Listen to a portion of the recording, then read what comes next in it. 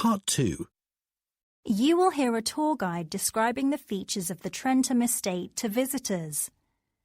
First, you have some time to look at questions 11 to 16.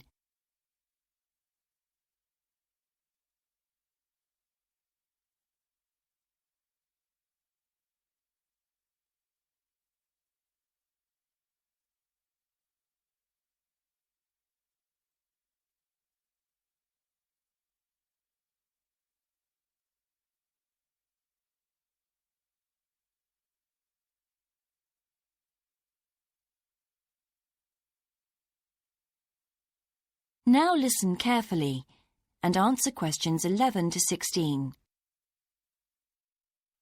Good morning. I'm pleased to welcome you all to the Trentham Estate. Although much of the estate was destroyed in the early 20th century, the government was able to recover some areas of the structure, which we will be viewing today. However, before we get started, there are a few precautions I must make you aware of. First of all, we'd be grateful if you could not go into any areas like the gallery that are blocked off with red ropes. These act as barriers to restricted spaces that have not yet been fully restored and are unsafe for visitors to walk through. Secondly, here in Trentham Hall, I caution you to refrain from touching any of the building remains. These are historical artifacts that need to be preserved, and touching these pieces can cause damage to them. And I can see that we have some children with us today, so I'd like to ask you kids to watch your step as we proceed up the clock tower stairway later. The stairs are made of large stones, which are very uneven, so it's quite easy to trip and fall in the stairwell. Just make sure to hold on to the wooden railings as you go up and down. Now, I'll take a moment to describe some details about the history of the Trentham Estate to you all.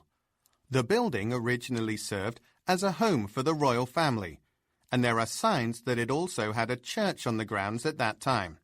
It was then briefly used as a monastery for priests. After that, it was sold to wealthy businessman James Leveson in 1540. It stayed largely the same for several hundred years before several important additions were made by 18th century architect Charles Barry. Mr. Barry was very interested in the design of English country houses like this one. He was the designer of the clock tower, which was called the Riding School, not to mention the entire right wing of the estate. This included a massive greenhouse, which is unfortunately no longer here. Sadly, despite all of the additions made to the estate over the years, it was destroyed by its owner in 1912 due to pollution from the River Trentham, which is next to the estate's grounds. There were attempts to sell the estate to the government, but they didn't succeed. It was a great shame, because the building was very well constructed. So all that remains of the structure now are just shadows of what it once was. In particular, the gardens, which you can wander around later this morning, were once the site of the building's ballroom. Before you hear the rest of the talk, you have some time to look at questions 17 to 20.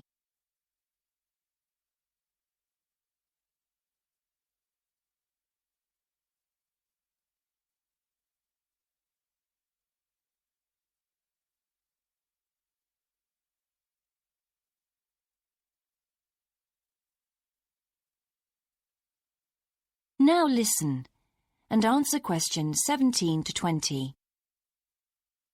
Actually, I think I'll explain the layout of the gardens right now, seeing as we can peek at them just outside this window here.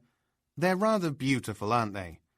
The gardens are spread over 1 square kilometre of land and surrounded by a densely wooded forest. If everyone could take a look at the map, it will show you how to get around.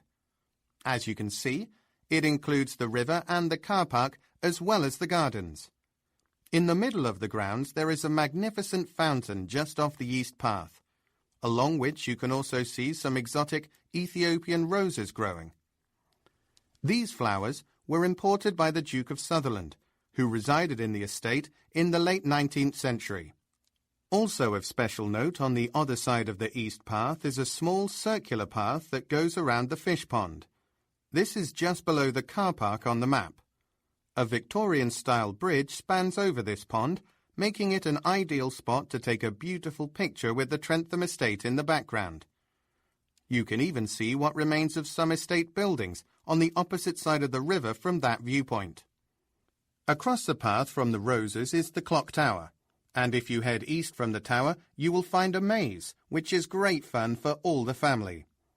The entrance is on the southern side of the maze facing the River Trentham. And for those of you who enjoy viewing wild animals up close, you should definitely check out the Trentham Monkey Forest before heading back home today. It is just beyond the car park, on the other side of the gardens from the clock tower, and that's where you can purchase admission tickets. OK, if there are no questions at this time, let's begin our tour. That is the end of Part 2. You now have 30 seconds to check your answers to Part 2.